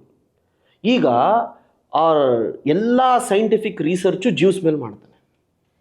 ಎಲ್ಲರನ್ನೂ ಸಾಯಿಸ್ತಿದ್ದಾಗ ಆಲ್ಮೋಸ್ಟ್ ಒಬ್ಬೊಬ್ಬರು ಒಂದೊಂದು ಲೆಕ್ಕ ಹೇಳ್ತಾರೆ, 2 ಲಕ್ಷದಕ್ಕಿಂತ ಜಾಸ್ತಿ ಜ್ಯೂಸನ್ನು ಹಿಟ್ಲರ್ ಸಾಯಿಸ್ದ ಅಂತ ಹೇಳ್ತಾರೆ. ಆ ಸಂದರ್ಭದಲ್ಲಿ ಎಲ್ಲರೂ ಓಡೋಗಿ ನಿಮಗೆ ಈ ಜೆರುಸೆಲಂ ಸುತ್ತಲೂ ಸೇರ್ಕೊಂಡ್ಬಿಡ್ತಾರೆ. ಆಗ ಅಲ್ಲಿದ್ದಂತಹ ಪ್ರಜೆಗಳು ಪ್ಯಾಲೆಸ್ಟೀನಿಯನ್ಸ್ ಅಂತ ಹೇಳ್ತೀವಿ. ಸೊ ಯಾವಾಗ ಈ ಒಂದು ಜ್ಯೂಸ್ ಎಲ್ಲ ಅಲ್ಲಿ ಹೋಗಿ ಸೇರ್ಕೊಳ್ತಾರೋ, 2ನೇ ಪ್ರಪಂಚ ಯುದ್ಧ ಅಂತಿಮ ಭಾಗದಲ್ಲಿ ಯುನೈಟೆಡ್ ನೇಷನ್ಸ್ ಫಾರ್ಮ್ ಆಗುತ್ತೆ. ಅವ್ರು ಹೇಳ್ತಾರೆ, ನಾವು ನಿಮ್ಮನ್ನು ಕಾಪಾಡೋಕ್ಕಾಗಲಿಲ್ಲ ಜ್ಯೂಸ್, ನಿಮಗೇನು ಬೇಕು ಹೇಳಿ ಅಂತ ಅಂದಾಗ, ನಮಗೆ ನಮ್ಮದೇ ಆದಂತಹ ಒಂದು ದೇಶವನ್ನು ಮಾಡಿಕೊಡಿ. ಎಲ್ಲಿ ಮಾಡಬೇಕು? ಜೆರುಸೆಲಂ ಹತ್ರ ಮಾಡಿಕೊಡಿ ಅಂತ ಹೇಳ್ತಾರೆ.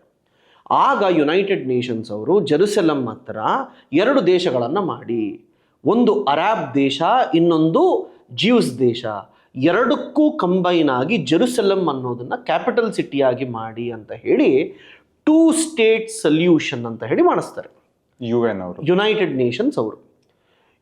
ಆಗ ಇಸ್ರೇಲ್ ಅವರು ಒಪ್ಕೊಂಡ್ಬಿಡ್ತಾರೆ.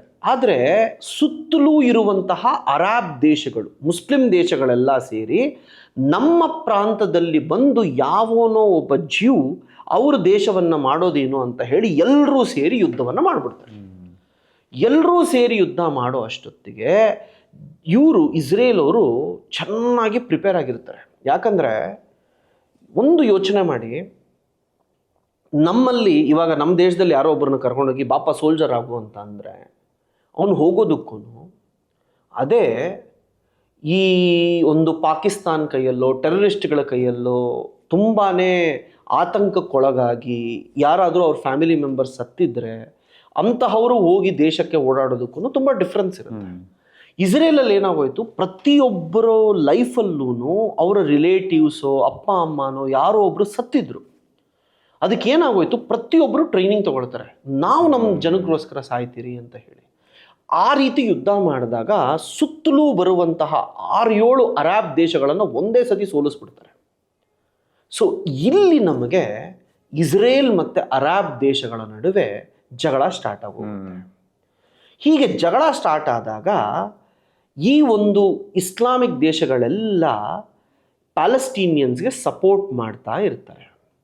ಅಂತಹದರಲ್ಲಿ ಹಾಮಾಸ್ ಅನ್ನೋ ಒಂದು ಗ್ರೂಪ್, ಹೆಜ್ಬುಲ್ಲಾ ಅನ್ನೋದೊಂದು ಗ್ರೂಪ್, ಈ 2 ಗ್ರೂಪ್ಗಳಿಗೆ ಆಯುಧಗಳನ್ನು ಸಪ್ಲೈ ಮಾಡೋದು ಇರಾನ್. ಆಯಿತಾ? ಸೊ ಯಾವಾಗ ಪ್ಯಾಲೆಸ್ಟೀನಿಯನ್ನಲ್ಲಿ ಇರುವಂತಹವ್ರು ಯಾರು? ಹಾಮಾಸ್. ಅದರ ಮೇಲೆ ನಿಮಗೆ ಲೆಬನನ್ ಅಂತ ಬರುತ್ತೆ, ಅಲ್ಲಿ ಬರುವಂತಹ ಜನ ಹೆಜ್ಬುಲ್ಲಾ. ಇವೆರಡನ್ನೂ ಕಂಟ್ರೋಲ್ ಮಾಡುವವರು ಇರಾನ್. ಅವರಿಗೆ ವೆಪನ್ಸ್ಗಳನ್ನು ಸಪ್ಲೈ ಮಾಡೋರು ಇರಾನ್. ಸೊ ಈಗ ನಾವು ಇರಾನ್ ಕಡೆಗೆ ಹೋಗೋಣ. ಶೋರ್. ಇರಾನಲ್ಲೇನು, ಇರಾನಲ್ಲಿ ಶಾ ಅನ್ನೋನೊಬ್ಬ ಇರ್ತಾನೆ. ಅವನು ಅಮೇರಿಕಾಗೆ ತುಂಬ ಕ್ಲೋಸ್ ಆಗಿರ್ತಾನೆ. ಆ ಟೈಮಲ್ಲಿ ಇರಾನಲ್ಲಿ ನೀವು ಇಮೇಜಸ್ ನೋಡಿದ್ರೆ ಹೇಗಿರುತ್ತೆ ಅಂತ ಅಂದರೆ, ಹೆಣ್ಣು ಮಕ್ಕಳು ಬಿಕಿನಿಗಳು ಹಾಕೊಂಡು ನೋಡೋದು, ಶಾರ್ಟ್ ಡ್ರೆಸ್ಸಸ್ ಹಾಕೊಂಡು ಸ್ಕೂಲ್ ಕಾಲೇಜ್ಗಳಿಗೆ ಹೋಗೋದು, ಇವೆಲ್ಲ ನಾವು ಮಾಡ್ರನ್ ಹೆಂಗಿರುತ್ತೋ ಹಂಗಿರುತ್ತೆ.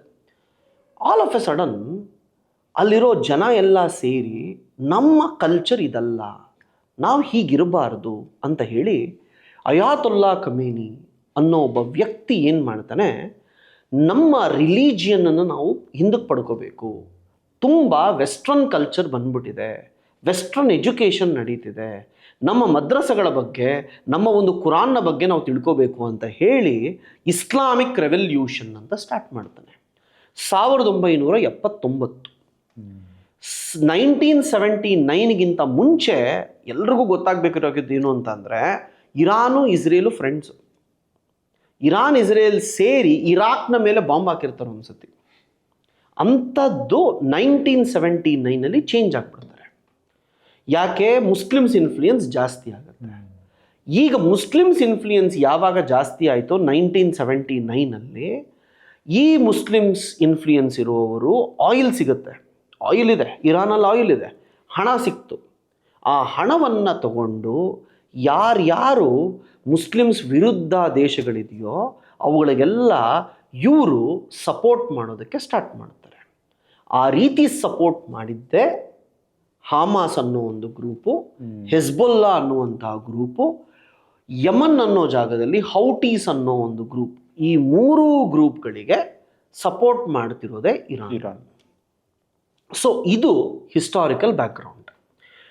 ಈಗ ನಾವು ನೋಡೋದೇ ಆದರೆ ಈಗಿನ ಸಂದರ್ಭದಲ್ಲಿ ಮೊನ್ನೆ ಯಾಕೆ ನಡೀತು ಅಂತ ಅಂದರೆ, ಇರಾನ್ ಅವರೇನಾದರೂ ನ್ಯೂಕ್ಲಿಯರ್ ವೆಪನ್ಸನ್ನು ಮಾಡಿಬಿಟ್ರೆ ನಿಮಗೇನಾಗೋಗುತ್ತೆ, ಆ ನ್ಯೂಕ್ಲಿಯರ್ ವೆಪನ್ಸು ಹಾಮಾಸ್ ಕೈಗೆ ಹೋಗುತ್ತೆ, ಹೆಜ್ಬೊಲ್ಲಾ ಕೈಗೆ ಹೋಗುತ್ತೆ, ಅವ್ರು ಅಟ್ಯಾಕ್ ಮಾಡಿಬಿಡ್ತಾರೇನೋ ಅನ್ನೋ ಭಯದಿಂದ ಆ ಒಂದು ಯುದ್ಧ ನಡೆದಿತ್ತು.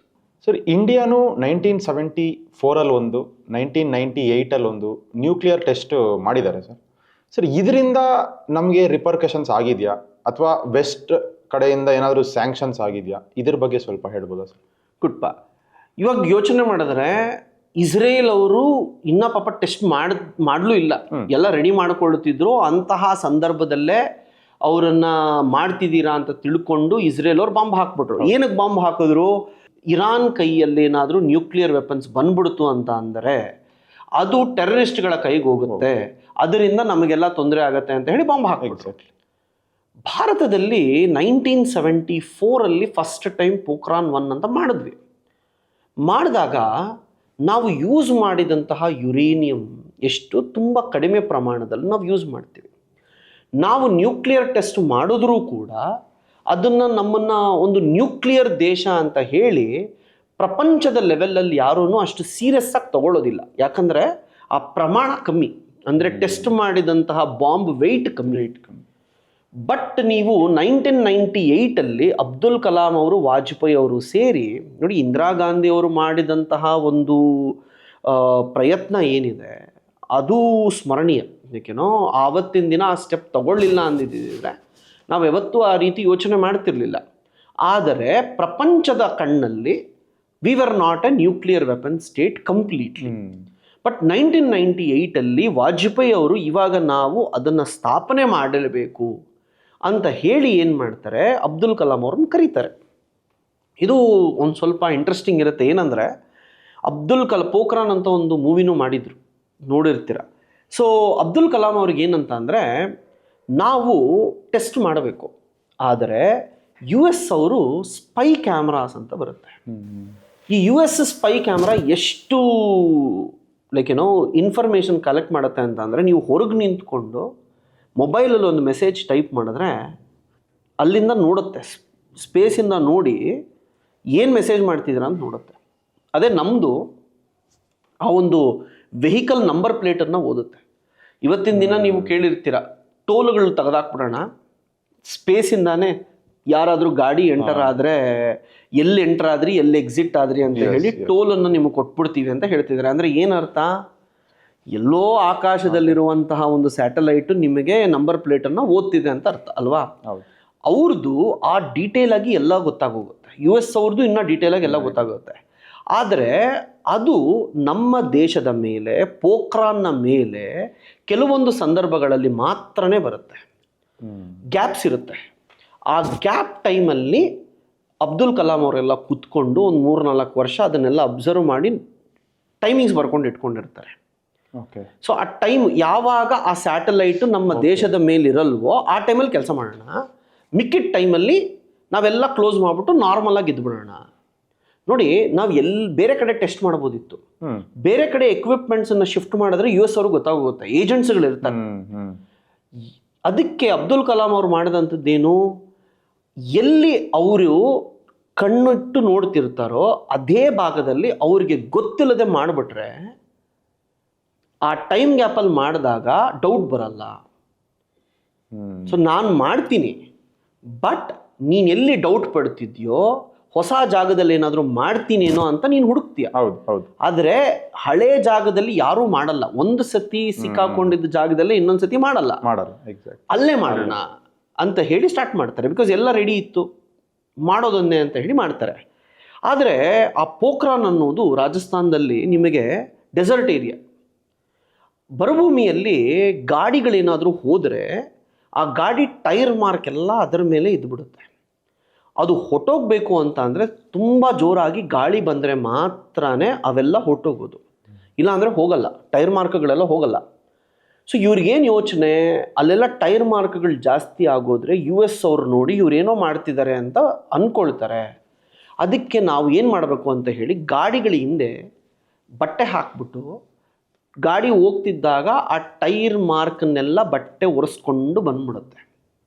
ಆ ರೀತಿ ಸೆಟಪ್ ಎಲ್ಲ ಮಾಡ್ಕೊಂಡು ಏನು ಮಾಡ್ತಾರೆ, ಎಲ್ಲ ಕೆಲಸವನ್ನು ಮಾಡಿಬಿಡ್ತಾರೆ. ಪ್ರಪಂಚಕ್ಕೆ ಗೊತ್ತಾಗೋದಿಲ್ಲ ನಾವು ಮಾಡ್ತಿದ್ದೀವಿ ಅನ್ನೋ ಒಂದು ಇದು ಇರೋದಿಲ್ಲ.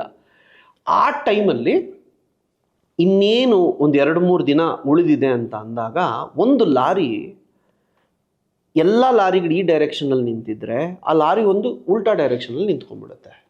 ಅವ್ನು ಮೇಲಿಂದ ನೋಡಿದವನು, ಸ್ಯಾಟಲೈಟ್ ಇಮೇಜ್ ನೋಡೋನು ಎಲ್ಲ ಒಂದು ಕಡೆ ನಿಂತಿದೆ, ಇದೊಂದು ಯಾಕೆ ಹಿಂಗೆ ನಿಂತ್ಕೊಂಡ್ಬಿಟ್ಟಿದೆ ಅಂತ ಯೋಚನೆ ಮಾಡ್ತಾನೆ.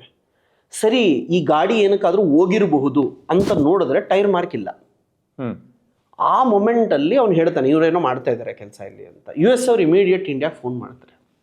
ಫೋನ್ ಮಾಡಿಬಿಟ್ಟು, ನೋಡಿ ನೀವು ಮಾಡ್ತಿದ್ದೀರಾ, ನಮಗೆ ಗೊತ್ತಾಗಿದೆ ಅಂತ ಹೇಳಿದಾಗ ಆಲ್ಮೋಸ್ಟ್ ನಿಲ್ಲಿಸ್ಬಿಡಬೇಕು ಅಂತ ಹೇಳಿ ಪ್ರೆಷರ್ ಕೂಡ ಬಂದ್ಬಿಡುತ್ತೆ.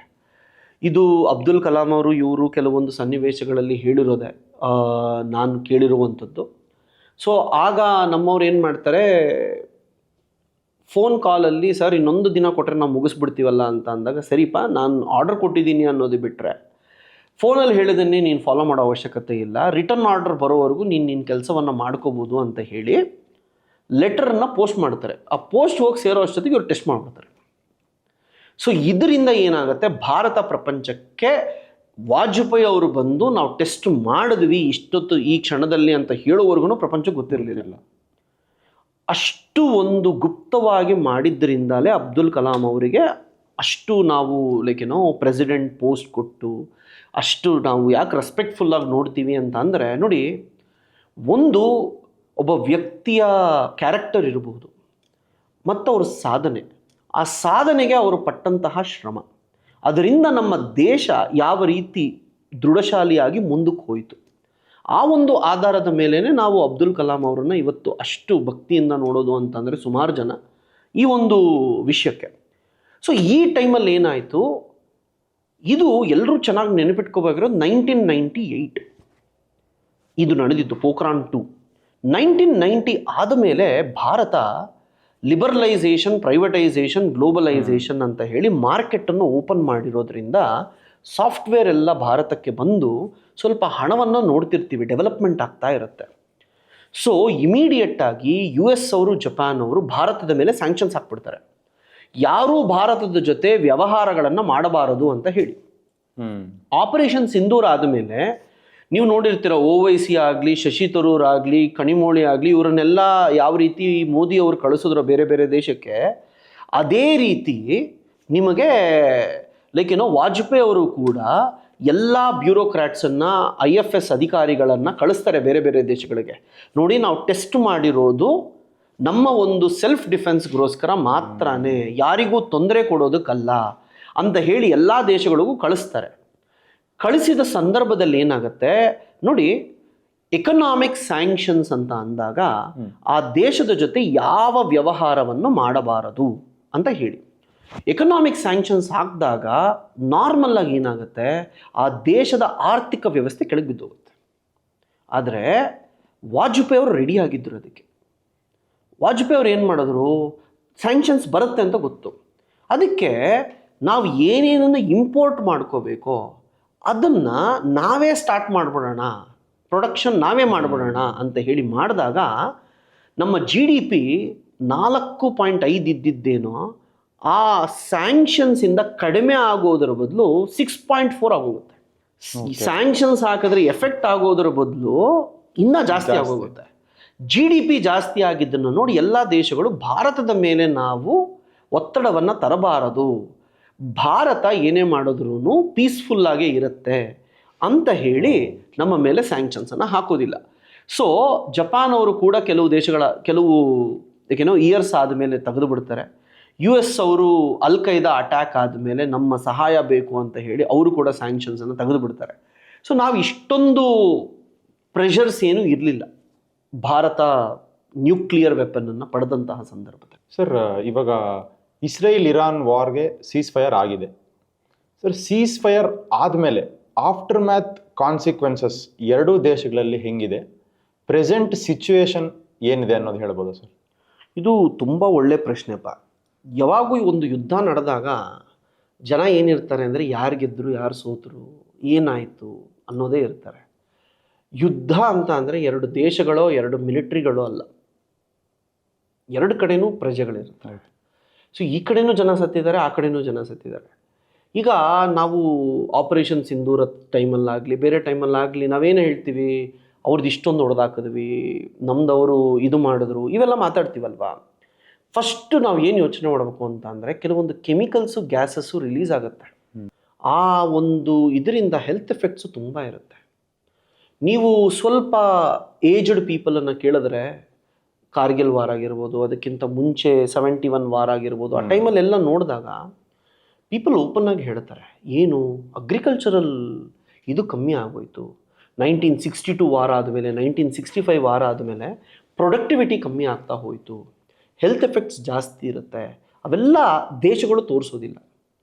ಇವತ್ತಿನ ದಿನ ಇರಾನಲ್ಲಿ ಏನು ತುಂಬಿಕೊಂಡಿದೆ, ನಾವು ಸೋತೋದ್ವಿ, ನಮ್ಮನ್ನು ಬಂದು ಹೊಡೆದ್ರು, ನಮಗೆ ಬಾಂಬ್ ಹಾಕಿದ್ರು, ಈ ಕಿಚ್ಚೆ ಜಾಸ್ತಿ ಆಗ್ತಾ ಹೋಗುತ್ತೆ. ಇದರಿಂದ ಇರಾನ್ನ ದೇಶವೆಲ್ಲ ಮತ್ತೆ ಆ್ಯಂಟಿ ಇಸ್ರೇಲ್, ಆ್ಯಂಟಿ US ಅಂತ ಸ್ಟಾರ್ಟ್ ಮಾಡ್ತಾರೆ. ಇಸ್ರೇಲ್ ಅವರೆಲ್ಲ ಆ್ಯಂಟಿ ಇರಾನ್ ಅಂತ ಸ್ಟಾರ್ಟ್ ಮಾಡ್ತಾರೆ. ಸೊ ಯುದ್ಧಗಳಾದ ಮೇಲೆ ಯಾವುದೇ ಒಂದು ಪರಿಣಾಮಗಳು ಶಾಶ್ವತವಾಗಿರೋದಿಲ್ಲ. ಮತ್ತೆ ಯುದ್ಧ ಆದಾಗ ನಾವು ಇನ್ನೇನು ಮಾಡ್ಬೋದು ಅಂತ ಹೇಳಿ ಯೋಚನೆಗಳೇ ಜಾಸ್ತಿ ಆಗ್ತಾ ಹೋಗ್ತಿರುತ್ತೆ. ಎರಡನೇದೇನೆಂದರೆ, ಎರಡೂ ದೇಶಗಳಲ್ಲಿ ನಾವು ಗೆದ್ವಿ ಅನ್ನೋದು ಮಾತಿರುತ್ತೆ. ನಾವು ಗೆದ್ವಿ ಅನ್ನೋದ್ರ ಜೊತೆಗೆ ಇವ್ರು ಏನು ಮಾಡ್ತಿರ್ತಾರೆ, ಜನಗಳನ್ನು ಕಂಟ್ರೋಲ್ ಮಾಡೋದಕ್ಕೆ ಇವನು ನಮ್ಮ ಶತ್ರು, ಅವನ ವಿರುದ್ಧ ನಾವು ಓಡಾಡಬೇಕಂದ್ರೆ ಹಣ ಬೇಕು, ಟ್ಯಾಕ್ಸಸ್ ಜಾಸ್ತಿ ಆಗುತ್ತೆ, ಅನ್ಎಂಪ್ಲಾಯ್ಮೆಂಟ್ ಜಾಸ್ತಿ ಆಗುತ್ತೆ, ಇನ್ಫ್ಲೇಷನ್ ಜಾಸ್ತಿ ಆಗುತ್ತೆ, ಸಾಮಾನ್ಯ ಜನರಿಗೆ ತುಂಬಾ ತೊಂದರೆ. ಅದರಿಂದನೇ ಗಾಂಧಿಯವರೆಲ್ಲ ಏನು ಹೇಳ್ತಾರೆ, ಯುದ್ಧಗಳು ಬೇಡ ಅಂತ ಹೇಳೋದೇನಕ್ಕೆ ಅಂತ ಅಂದರೆ, ಯುದ್ಧಗಳಿಂದ ಸಾಯೋರು ಇವತ್ತೂ ನಮಗೆ ಸಾಮಾನ್ಯ ಪ್ರಜೆಗಳಿಗೆ ತೊಂದರೆಗಳು ಹೆಚ್ಚಿರುತ್ತೆ ಅನ್ನೋದು ಒಂದು. ಬಟ್ ಸೀಸ್ ಫೈರ್ ಆಗಿರೋದ್ರಿಂದ ಏನು ಅಂತ ಅಂದರೆ, ಎರಡು ದೇಶಗಳೂ ಕೆಲವೊಂದು ಅಂಡರ್ಸ್ಟ್ಯಾಂಡಿಂಗಿಗೆ ಬಂದಿರುತ್ತೆ. ಓಕೆ, ಇನ್ನು ಮೇಲೆ ನಾವು ಈ ರೀತಿಯಾದಂತಹ ಒಂದು ವ್ಯವಸ್ಥೆಗಳನ್ನು ಬೆಳೆಸಬಾರದು. ಇರಾನ್ ನಿಜವಾಗಲೂ ಯೋಚನೆ ಮಾಡೋದೇ ಆದರೆ ಫ್ಯೂಚರಲ್ಲಿ ನಾವು ನ್ಯೂಕ್ಲಿಯರ್ ವೆಪನ್ಸನ್ನು ಡೆವಲಪ್ ಮಾಡಬಾರದು ಅನ್ನೋದು ಬರಬೇಕು. ಆದರೆ ಅವರು ಅದನ್ನೇನಾದರೂ ಜಿದ್ದಾಗಿ ತಗೊಂಡು ಭಾರತ ಯಾವ ರೀತಿ ಯಾರಿಗೂ ಗೊತ್ತಾಗದೇ ಇರೋ ಹಾಗೆ ಟೆಸ್ಟಿಂಗ್ ಮಾಡ್ತೋ, ಅವರು ಅದು ಮಾಡಿದ್ರೆ ಹೇಳೋದಕ್ಕಾಗೋದಿಲ್ಲ.